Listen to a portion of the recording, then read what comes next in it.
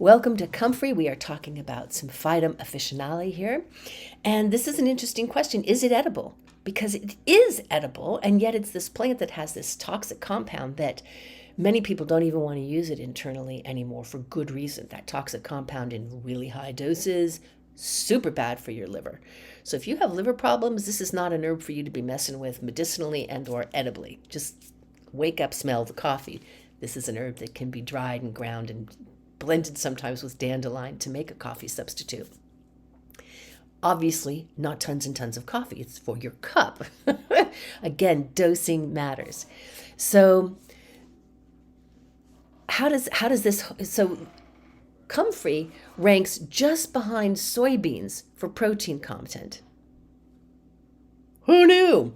And it's a member of the borage family, similar.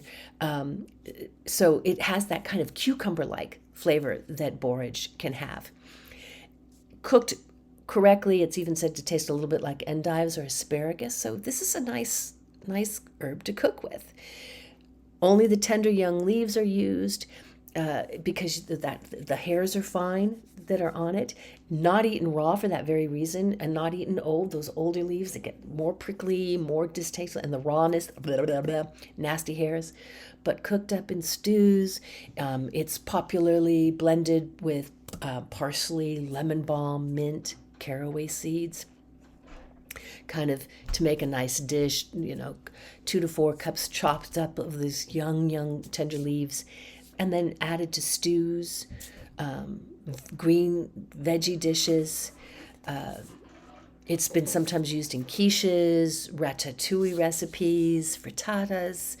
So this herb in Europe and in places where they're familiar with how to use it is very popularly edible.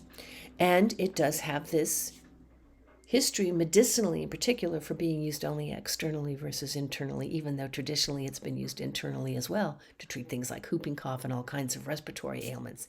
Find out more about this herb. It's got an interesting history, an important cautionary, aspect to it, and it is in fact edible. Enjoy.